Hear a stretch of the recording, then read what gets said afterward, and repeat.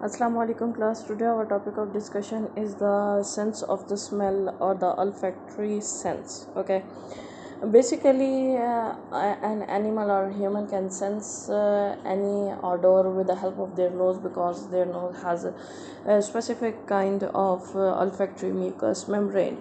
Smell is the least understood in our senses. In some lower animals, sense of smell is not well developed. However, in some animals it is well developed, just like in dogs. So first of all it is necessary to understand the structure of the olfactory membrane before the understanding the physiology of uh, before understanding the physiology of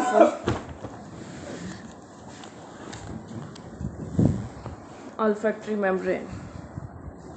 Okay, olfactory membrane, here you can see that these are the this is the mucus layer which is present on the inside of the nose.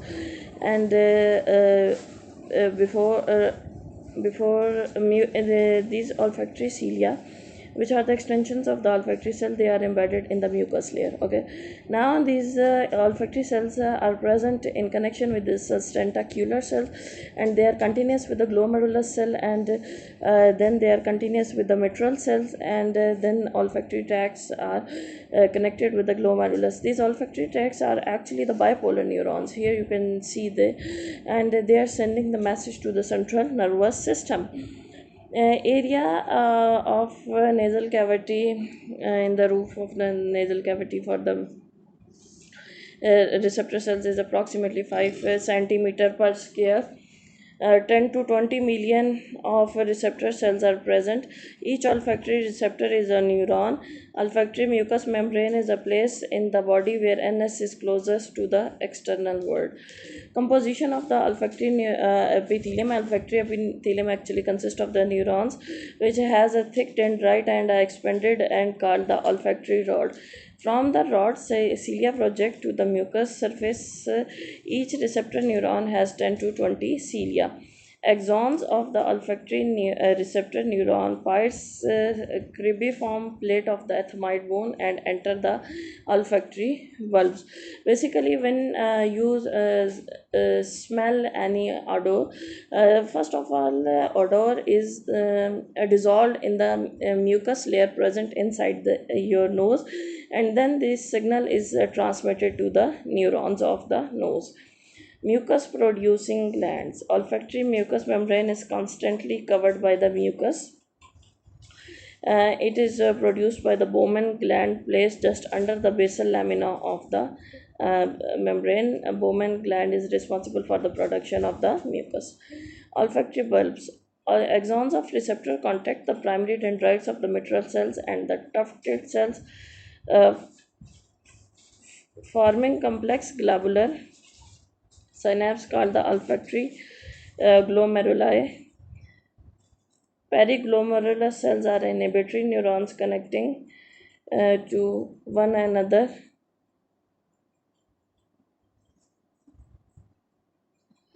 Olfactory bulbs. Granular cells have no axons and make reciprocal synapses with the lateral dendrites of tufted and mitral cells. Here you can see that these are the odorant molecules, and they dissolve in the mucus layer. Beneath the mucus layer, olfactory cells are present, and their cilia are embedded in the mucus layer. Then these receptors are sending a message to the further higher higher centers, through which the message is carrying to the brain cells. Stimulation of the stimulatory olfactory cells. Odorant molecules are sensed on the cilia, and then message is sending to the neurons, and through neurons messages message here you can see the neurons messages sending to the further central nervous system. The signals are relayed in the glomeruli. Well-defined microregions in the olfactory bulb. Receptor cells of the same types are randomly distributed in the nasal mucus but converge on the same glomerulus. In the glomerulus, the receptor nerve cells excite the mitral cells that forward the signal to the higher regions of the brain with maintained specificity. When the odorant molecules bind to the receptors,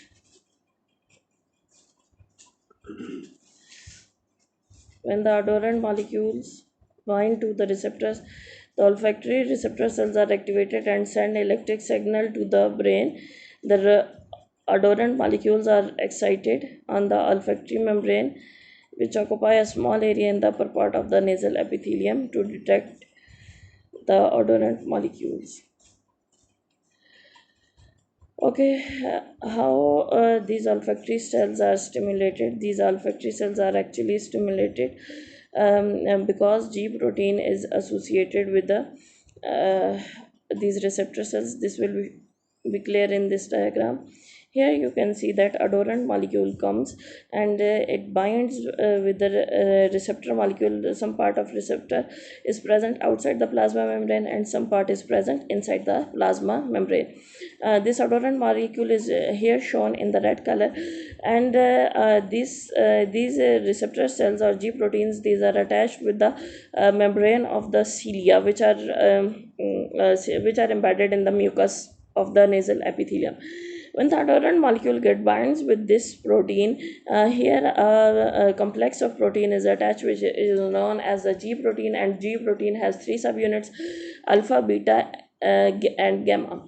After the activation of the receptor, alpha subunit breaks away, and it binds with the and it activates the actually an enzyme which is known as the adenylyl cyclase. Okay, this enzyme is known as the adenylyl cyclase, and this adenylyl cyclase is responsible for the breakdown of ATP into the ADP, cyclic AMP. Cyclic AMP here acting as a second messenger. Actually, odorant molecule is not directly activating the channels, but it produce another substance which is further responsible for activation of channels. Now this cyclic AMP causes the opening of sodium channel and calcium channel. After the opening of that gate, sodium and calcium moves inward. In the similar way, the potential inside the cell membrane changes and the action potential generates. Transmission of smell signals to the central nervous system. Olfactory neurons are sending message to the olfactory bulb, and then this to the frontal cortex, hypothalamus, amygdala, and the hippocampus. Olfactory thresholds and discrimination. Olfactory receptors respond only to the substances which are in contact with the olfactory epithelium. However, you can sense very less methyl mercaptan in the garlic that can be smelled at very low concentration, showing the remarkable sensitivity of olfactory receptors. Here in this table, you can see the sensitivity of various substances. Vomeronasal organ. This is present in the nose, but it is not well developed in man. However, in lower animals, just like the lizard, or you can say the reptiles, this vomeronasal organ is highly developed, and it is thought that is involved in the perception of the pheromones. Role of pain fibers in the nose. Trigeminal pain fibers are found in the olfactory membrane, and they are stimulating by the irritating substance, and they are responsible for the sneezing, lacrimation, and other reflex responses. Various abnormalities of nasal epithelium are also found: anosmia, absence of smell, hyposemia, diminished olfactory sensitivity, dysocemia, distorted sense of smell. More than 75% of human over the age of 70-80 have a impaired ability to identify the smells. This is the completion of the topic. Thank you, class.